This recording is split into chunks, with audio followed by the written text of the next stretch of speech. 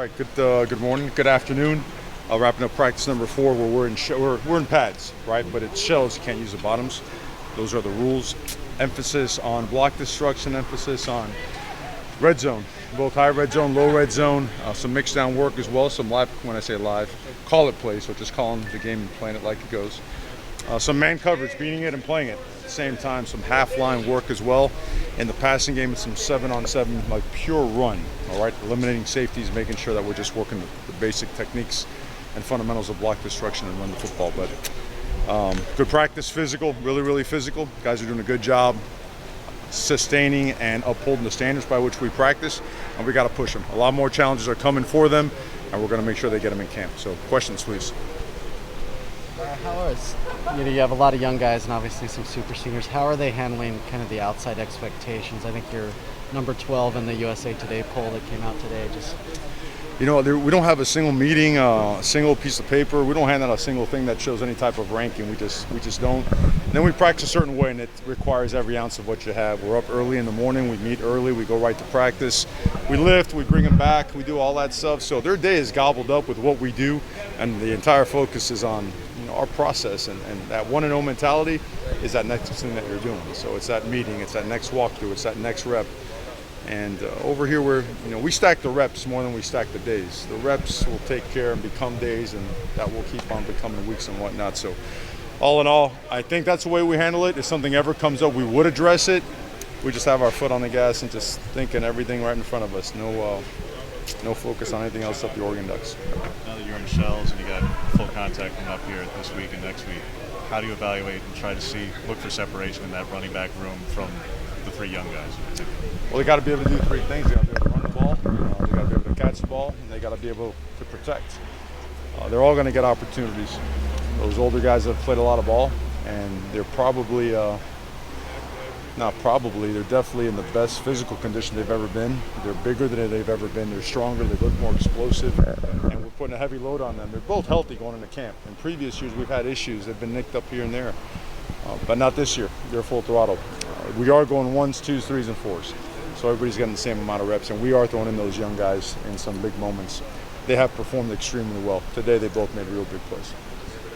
what was your evaluation on Dorless last year, and with so many talented young guys behind him, what's kind of his role now that you lose Jordan, you lose Austin, he's one of the older guys now. He's a classic 3 technique with enough athleticism to jump outside, like he did in the Pac-12 game last year. When we recruited him out of Deerfield Beach, it's awesome program. He was a basketball player that was learning how to play football. He had played football, but he had been more the basketball guy transitioning. But you saw the athleticism, you saw the twitch, you saw the ability to move, you saw the ability to bend. He's put on the right kind of weight. He's weighing about 290 pounds, okay? And if you look back to the end of his freshman year when he was playing significant downs, you saw him at the 2-eye, you saw him at the 3, knocking back people. In the Rose Bowl game, you saw him going against a veteran offensive line and really playing well. So then last year, you saw a guy that matured a little bit more, but not having a full offseason. I would say you'd like to have seen an entire body of work of a full season with a guy like that, because at the end of the day, this is only his 3rd year in college. A lot of places he'd be a redshirt sophomore. Here he's a true junior. He's going. So, but really good work ethic. Athletic, strong, powerful. He's what you want in 3 technique. He could do it all. He could be a 1st and 2nd down run stop guy. He's a 3rd down. He's an every down guy. And what we've seen out of him now is just better work ethic, better leadership, a guy that's maturing, a guy that's growing. And I just saw him right now on the way out. We're going to throw the kitchen sink at him. We are. We're going to line up and just go and test him. And I think everybody feels that way right now. There's no, I know Tom Brady said a lot. There are no sacred cows. We're throwing it at everybody because we have to develop a resiliency and a mentality to make sure we take on this challenging season the right way. A couple of guys have been absent. JJ, McHale, Lance, Will Hoyt. Just what's the status of those? Some guys are unavailable, some guys as they're made available. You mentioned the other day some of the freshman receivers look like veterans already, but you wanted to pump the brakes a little bit on that. Are you looking forward to seeing how they handle the more physical practices later down the road? Yeah. Well, you want to see a guy get nicked up and then show up the next day full throttle. If you want to see if when a guy's injured, come on, we don't play without a guy right away. He's taken into the training room and cared for. But when when football soreness sets in, you want to see guys fight through. You want to see guys with the mentality to go out there and practice just as hard. If they're looking for an extra Band-Aid or an extra, name it, a way to soften the hardness that comes with the camp, we have to help those guys get through that. And it's taught, and it's repped. We don't believe there's any point in yelling, get tougher, you have to practice it. And these guys want to do it well, and they've really, just in a short amount of time, you see a team that's really working on physicality and mentality. And the standard is so high for us that it'll probably be almost unreachable every year, and that's okay. We want to keep just reaching for that, striving for that. Let's take it as far as we can go.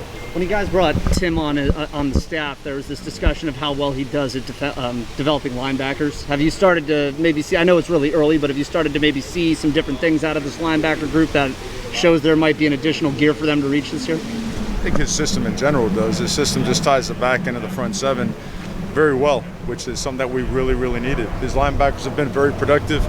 Our linebackers here have been really productive. Coach Wilson does a phenomenal job with those guys.